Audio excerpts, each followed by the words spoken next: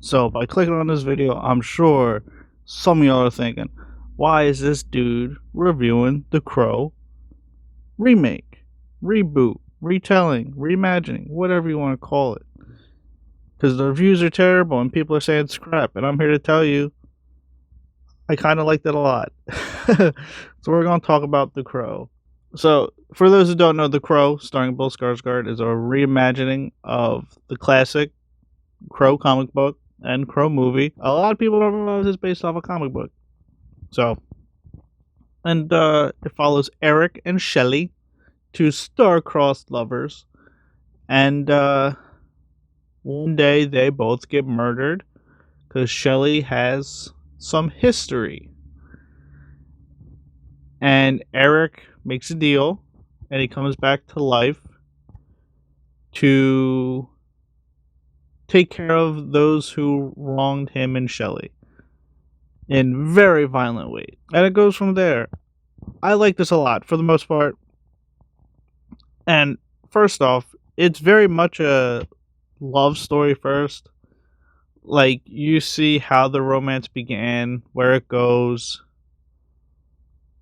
And he doesn't really become the Crow per se till like 40 minutes in. And a lot of people found that like trotting and boring, but I was engaged. I liked it. Cause like, yeah, sure, everyone knows what love is and love is love, but at some point, let me connect with these characters and understand why they feel so special about each other, you know? And one big complaint I've seen is that people are like, oh, Shelley and Eric are bad people. And I'm like, yeah, they are. But here's the thing, let's not act like bad people don't fall in love all the time. Like, just because someone's a bad person doesn't mean, like, oh, they can't find love. Like, no. In the real world, shitty people like shitty people. Shitty people marry shitty people. It happens. Does it make them likable characters? Maybe not. Maybe so, depending on how you view them. I didn't mind it. Like I don't need every character to be super likable for me to root for them. People have issues. And this film shows that. Because of the issues that come back to haunt Shelley, this film is also hyper violent. I wasn't expecting it to be as violent as it was. Like, you see like skulls getting cracked open and intestines and all that stuff. I was like, wow, this is pretty gnarly. And because of the violence, this has pretty good action scenes. Particularly the final main set piece of the movie is a banger. I was thoroughly impressed. I loved it all. It visually looks pretty good for the most part. Like, the CGI holds up, the green screen holds up. There's a lot of nice framing in this.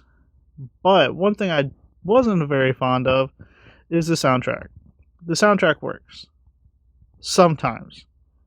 Sometimes the soundtrack sounds very goofy and very misplaced, and it doesn't fit with what's going on. And sometimes it nails it perfectly. And sometimes the script is a little hokey wonky, and the villain is cool, but we don't get enough screen time with him. So if he got like five more minutes on screen, chef's kiss. So is The Crow 2024 perfect? Absolutely not. I'm not saying it is. Is it one of my favorite films of the year? Maybe. Does it have my favorite action sequence of the year? Absolutely. So, and Bill Skarsgård is great. He's always great. So, The Crow, I think people are being way too harsh on this, because I think people have romanticized the Brandon Lee films so much because of his death. May he rest in peace. That no matter what, people weren't going to like this. This could be a 10 out of 10 masterpiece, and people would still say it's bad because it somehow shits on Brandon Lee's death and the old movie, which I personally don't get it. Like, this has nothing to do with that old movie, so it doesn't impact that old movie at all. And I like that film. I actually really like the classic Crow movie. So, it is what it is. I enjoyed it, and I liked it. But, like always, feel free to like, comment, subscribe, and thanks for watching. Keep being good people.